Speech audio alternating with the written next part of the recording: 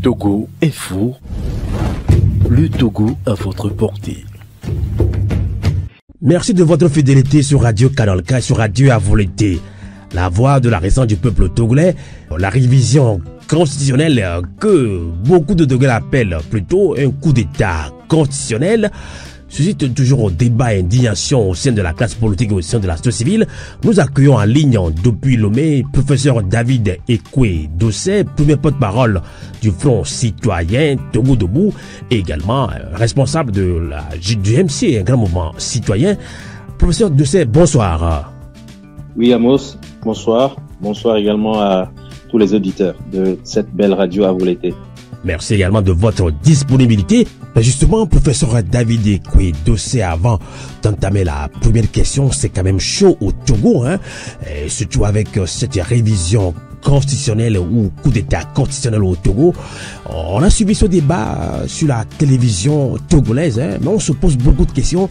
Comment êtes-vous arrivé à se retrouver seul face à toutes ces personnalités influentes du parti au pouvoir unir qui veut coûte et coûte défendre ce projet qui est déjà rejeté par la majorité du peuple togolais? Amos, il faut dire que je me suis retrouvé sur ce plateau, dans ce panel, suite à l'invitation d'un journaliste de la radio Nana FM. Il m'avait annoncé qu'il y avait un débat organisé par 4 médias sur la question et il avait souhaité que je puisse être là. J'avoue que je ne pensais pas être dans un panel, je pensais être dans l'assistance pour suivre le panel et éventuellement intervenir en posant des questions, en faisant quelques commentaires. Et donc c'est arrivé sur place que j'ai compris que je devais être membre du panel. Et puis pour ce qui est de la suite, je pense que vous avez suivi la retransmission par la télévision et je crois qu'il y a eu des passages qui sont passés à la radio. Voilà, donc ce n'était pas initialement vraiment prévu. En tout cas, pour ma part, je n'avais pas compris l'invitation dans ce sens. Mais je pense que si on est convaincu d'une chose, quel que soit le moment où on vous interpelle, quel que soit le lieu également où on vous interpelle sur le sujet, vous devez être en mesure de dire ce que vous pensez. Vous devez être en mesure de dire vos convictions. Et je crois que c'est ce qui a été fait la fois dernière. Et vous l'avez fait sans langue de bois. Vous étiez, on a vu un professeur très à l'aise. On voit que vous n'avez pas, oui, il faut dire comme il faut les choses, hein. Vous n'avez pas eu peur de ce grand homme, hein, des gens qui sont très imposants du régime uni. Je vous l'ai dit, je crois que c'est une question de conviction. Si la conviction est là, si on est convaincu de son fait, si on est convaincu de ce qu'on dit, quel que soit le lieu, quel que soit le moment, je pense que la conviction doit pouvoir transparaître. Et je n'ai fait que dire ce que je pense en tant que citoyen togolais. Et j'étais d'autant plus à l'aise que j'étais convaincu que ma position est celle de la très grande majorité du peuple. Parce qu'aujourd'hui, sans faire de sondage, quand vous discutez avec les gens, quelle que soit la couche sociale, je vous assure, Amos, personne ne comprend que un Parlement dont le mandat est fini s'arroge cette prérogative de nous changer de république, de nous changer de constitution sans aucune consultation. Je vous assure que c'est une façon de mépriser un peuple. C'est du mépris. Et ça, chaque Togolais le sent dans son âme et dans sa chair.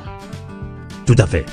En tout cas, merci pour le travail abattu, parce que on a eu beaucoup de retours, hein, et puisque à Radio à volonté, vous n'êtes pas un invité comme ça, vous venez souvent ici, on nous a posé la question, on a vu un professeur très éloquent, très direct, représentant du peuple togolais, en tout cas chapeau à vous, sans éloge, hein, c'est ce qu'a ressenti beaucoup de Togolais d'ailleurs. Alors professeur David Ekwe Dossé, ça chauffe à Lomé au Togo parce que on a arrêté, disons 9 membres de la DMK Dynamique Monseigneur Kodo justement, eux aussi, hein, selon nos informations, ils sont en activité dans un marché à Lomé au Togo pour sensibiliser les Togolais, pour se soulever contre ce coup d'état constitutionnel. Alors, quelle est votre réaction? Ils sont arrêtés. C'est inadmissible. C'est d'autant plus inadmissible que dans l'exposé des motifs, On nous annonce que cette nouvelle constitution va permettre d'améliorer le cadre démocratique de notre pays en renforçant les droits humains. Qu'est-ce qui aujourd'hui interdit d'aller faire de la sensibilisation dans les marchés? Ce n'est pas un appel au soulèvement. Et donc, quand on nous dit que des personnes qui sont allées faire de la sensibilisation dans des marchés doivent se retrouver en prison, Amos, nous sommes révoltés. Ce pouvoir nous méprise. Ce pouvoir nous empêche de nous exprimer sur leur forfaiture, enfin sur sa forfaiture, le pouvoir. Ce pouvoir, Amos, je crois que nous sommes révoltés, nous sommes indignés et nous demandons que l'on laisse les personnes qui ont été arrêtées rentrer chez elles et retrouver leur famille. C'est le moins qu'on puisse faire en cette période de haute tension. Et cette tension, nous savons d'où elle vient. Cette tension, elle ne vient certainement pas des citoyens. Elle ne vient certainement pas des partis politiques d'opposition. Elle ne vient certainement pas du clergé catholique. Elle ne vient certainement pas des organisations de la société civile. Nous savons d'où vient cette forte tension qui perturbe le vivre ensemble. Il vaut mieux chercher à apaiser les cœurs, il vaut mieux chercher à apaiser les esprits que de mettre de l'huile sur le feu. Et là, le pouvoir est en train véritablement d'exagérer, d'abuser de son pouvoir. Et je pense que si on continue sur cette lancée, ça va être extrêmement difficile dans les prochaines semaines. Tout à fait. Le gouvernement a annoncé, vous êtes au courant, un report des élections législatives prévues initialement le 20 avril. Est-ce que c'était prévisible pour vous, ce report? D'abord, un décret du président de la République convoque le corps électoral. À la veille de l'ouverture de la campagne, alors que les candidats se sont préparés, je peux citer le professeur Goguet qui lui était déjà à Dapao depuis pour pouvoir démarrer sa campagne le jeudi. Voilà qu'à la veille, dans l'après-midi, un simple communiqué vient annuler purement et simplement le décret présidentiel. Je ne suis pas juriste, mais je ne suis pas convaincu que dans la forme, les choses aient été bien faites. Est-ce que je m'y attendais? Actuellement, je pense qu'il faut s'attendre à tout de la part d'un pouvoir qui veut à tout prix faire un passage en force pour que le régime qui est en place depuis autant de décennies puisse se perpétuer. La Constitution de 92, qui a été modifiée en 2019, accordait au maximum 2 mandats au président. Donc, si nous avions conservé la Constitution de 1992 en sa forme, je pense que progressivement, quoi qu'il en soit, on est en train de s'acheminer vers la fin du mandat du président Faure Gnassingbé, qui à ce jour totalise pour la famille Gnassingbé 57 années de pouvoir. En vue de perpétuer ce régime et ce pouvoir, il faut le dire clairement, c'est l'objectif de la nouvelle constitution. En vue donc de perpétuer ce régime et ce pouvoir, on vient nous engager dans une procédure inique que personne ne comprend, que personne n'accepte. Et tant que nous courberons les chines, je crois qu'il faut s'attendre à tout. Donc la question était de savoir si je m'y attendais. Je dirais pas vraiment, mais je sais que en cette période, vraiment il y a un forcing qui est fait par le pouvoir, il faut s'attendre à tout. Tout à fait. Alors, selon le communiqué du gouvernement et sur la base des commentaires des cadres du Parti Unir, la consultation que propose le gouvernement vise à faire un travail de pédagogie avant de poursuivre le processus d'adoption de la nouvelle constitution par l'Assemblée nationale.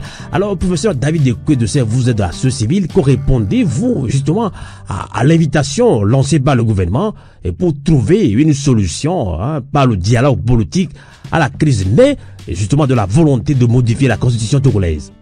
J'ai effectivement écouté le ministre Bawara sur RFI et il a été très clair. Pour eux, le plat est déjà prêt. On nous invite juste à venir voir ce qu'on peut rajouter pour que on puisse dire qu'il y a eu un débat, qu'il y a eu de la pédagogie, que l'opposition et la société civile ont fait des propositions constructives et donc on a une nouvelle constitution. C'est ce qui s'appelle mettre la charrue avant les bœufs. ce processus de discussion, de pédagogie dans lequel le pouvoir veut s'engager, il aurait fallu le faire avant d'engager même cette nouvelle constitution en débat en commission à l'Assemblée nationale. Il aurait fallu sillonner le pays, sillonner toutes les couches, expliquer pourquoi est-ce que un régime parlementaire doit aujourd'hui changer, en tout cas être le régime qui constitue la règle dans notre pays. Quels sont les avantages? Parce que tout ce qu'ils disent, personne n'est convaincu. Qu'est-ce qui dit que le régime parlementaire assure la stabilité? On a tous vu ce qui se passe dans les pays où il y a un régime parlementaire. On a tous vu ce qui se passe dans les pays où il y a un régime parlementaire. Je vais prendre juste un exemple. Le cas de la Belgique, où pendant plusieurs mois, aucune possibilité de mettre sur pied un gouvernement, parce qu'il n'y avait pas possibilité d'entente entre les différentes parties. Et dans un pays comme le Togo, où nous vivons constamment sur le fil du rasoir, dans un pays comme le Togo, on va vouloir nous expliquer que pour que les choses puissent mieux aller, il faut faire le choix du régime parlementaire. Nous ne comprenons pas. Nous ne comprenons pas pourquoi est-ce que cette nouvelle constitution semble constituer une vraie priorité pour ce pouvoir. Nous ne comprenons pas quel est le lien entre la corruption et la nouvelle constitution qu'on nous propose. Le lien entre la vie chère que nous vivons, que nous sentons en tant que citoyens, et cette nouvelle constitution. Nous ne voyons pas le lien entre les problèmes sanitaires qui sont innombrables. Les gens qui viennent à l'hôpital, on n'a pas d'infrastructures adaptées, les équipements qui sont vétustes, les populations qui sont démunies qui viennent, et on va nous dire que c'est parce qu'on va mettre sur pied une nouvelle constitution qu'on va régler tous ces problèmes.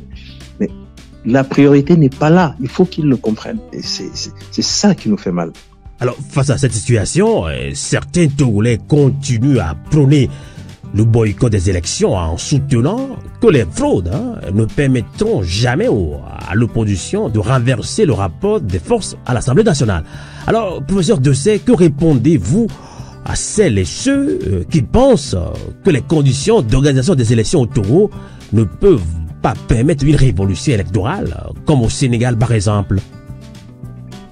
Amos, vous permettez, je voudrais revenir sur la question précédente parce que je n'avais pas totalement répondu. Vous m'aviez demandé si le Front citoyen Togo Debout allait participer à une telle rencontre. Pour nous, c'est impossible, c'est inadmissible. Je donnais l'exemple du repas, du plat qu'on prépare. Supposons qu'on vous dise, voilà, nous avons préparé un plat, venez, on met le plat sur la table, tout est prêt, on vous demande maintenant, alors quels ingrédients vous pensez qu'on aurait pu ajouter pour que le plat soit bon? Si vous commettez l'erreur de dire, il aurait fallu mettre un peu d'oignon, un peu de persil, un peu de poivre, un peu de piment, vous imaginez à la fin ce que vous allez préparer. Et à la fin, on aura beau jeu de dire que oui, vous avez participé à la préparation de ce plat. Donc, si on voulait vraiment préparer quelque chose de bien, dans l'intérêt du peuple togolais, il aurait fallu appeler tout le monde avant la préparation du plat. Chacun donne son point de vue, les bons ingrédients qu'il faut pour préparer le plat, et ensuite on prépare le plat. Mais si on prépare le plat et ensuite on vous demande de venir ajouter vos ingrédients, ça ne marchera jamais. Alors, pour ce qui concerne les élections, nous savons tous effectivement dans quelles conditions les élections sont organisées dans notre pays. La bataille pour la transparence électorale, elle ne date pas d'aujourd'hui. Nous sommes encore là-dessus et elle n'est pas près de finir. Il faudra certainement continuer. Je respecte la position de ceux qui pensent qu'il ne faut pas y aller. Mais pour ce qui est du Front citoyen Togo Debout, nous comptons accompagner. Je n'ai pas dit participer parce que nous ne participons pas. Nous comptons accompagner les partis qui veulent y aller. Les partis d'opposition qui veulent y aller seront certainement soutenus par le Front citoyen Togo Debout, par le GMC, en termes de sensibilisation des populations, parce que il faut que les gens n'abandonnent pas. Il ne faut pas que les gens baissent les bras.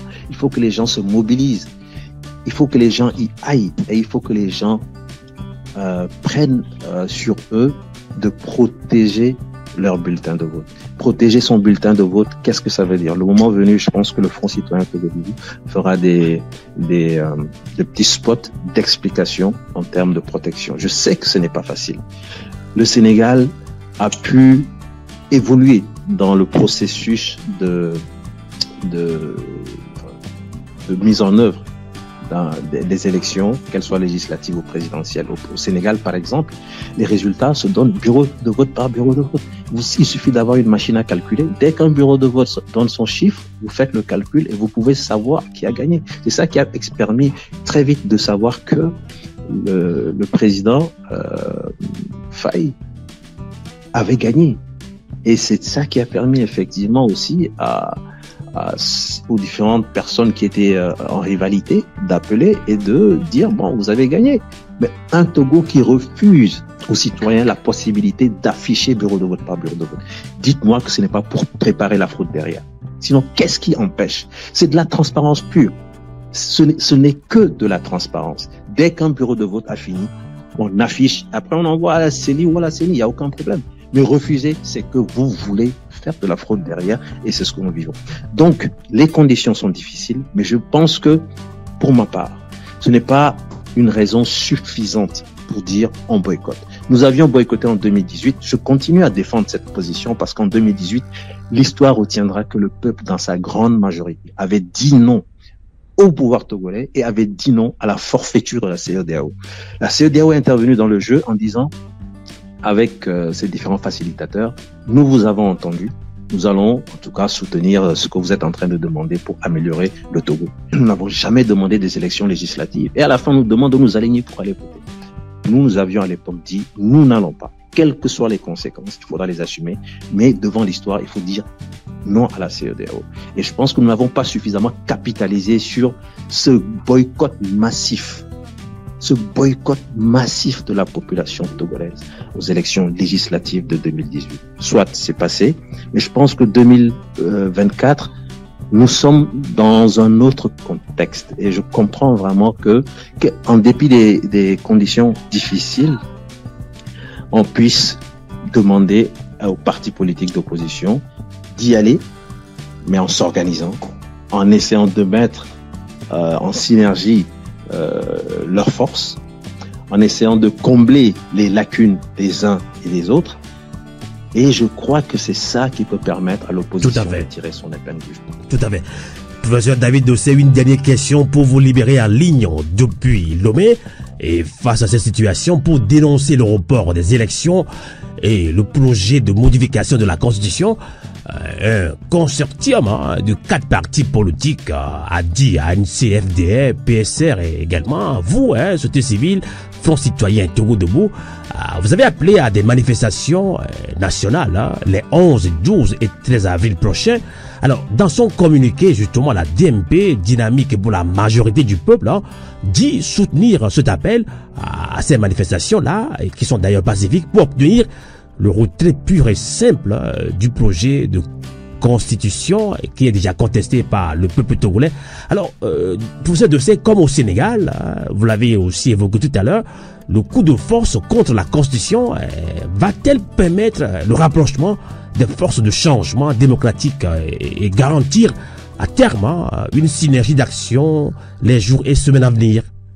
Je voudrais d'abord dire que il était important que l'appel à manifester puisse venir de quelque part. Mais cela ne veut pas dire que ceux qui ont appelé à manifester les 11, 12 et 13 sont les propriétaires de la manifestation. Il n'y a aucun propriétaire par rapport à cet appel au peuple togolais pour manifester et dire massivement non à cette forfaiture, à cette nouvelle constitution dont nous ne voulons pas. Et donc, s'il y a d'autres entités qui estiment qu'elles sont dans le même objectif, il faut absolument que ces entités se mobilisent pour venir soutenir les manifestations des 11, 12 et 13. Parce que cette manifestation prévue, elle est pour le peuple, elle appartient au peuple togolais qui, uni de Lomé à Tapaon, dit non à la nouvelle constitution. Il y a un travail en préparation, peut-être qu'il va être diffusé aujourd'hui, des universitaires togolais, et vous le verrez, ce sont des universitaires du Sud, comme nous avons l'habitude de le dire, des universitaires du Nord, comme nous avons l'habitude de le dire, qui se sont mis ensemble pour dire stop stop à la modification de la Constitution. Donc, c'est un appel au peuple togolais de venir se lever pour défendre sa souveraineté. Aujourd'hui, on est en train de nous confisquer, de nous spolier de notre souveraineté. Nous disons non. Quelques individus au Parlement ne peuvent pas s'arroger le droit de nous imposer une nouvelle Constitution, d'autant que leur mandat est fini, sans nous consulter, C'est inadmissible, c'est du mépris, c'est une insulte au peuple togolais. Donc, vous ratissez large par rapport à cette manifestation. Vous aviez dit, est-ce que ça peut permettre un rapprochement? Je pense que le rapprochement a même déjà commencé. Quand vous voyez les différents groupes qui se mettent à proposer des actions pour contrer ce qui est en train d'être fait, soyez certains que les rapprochements sont en train de se faire. Les discussions ont commencé.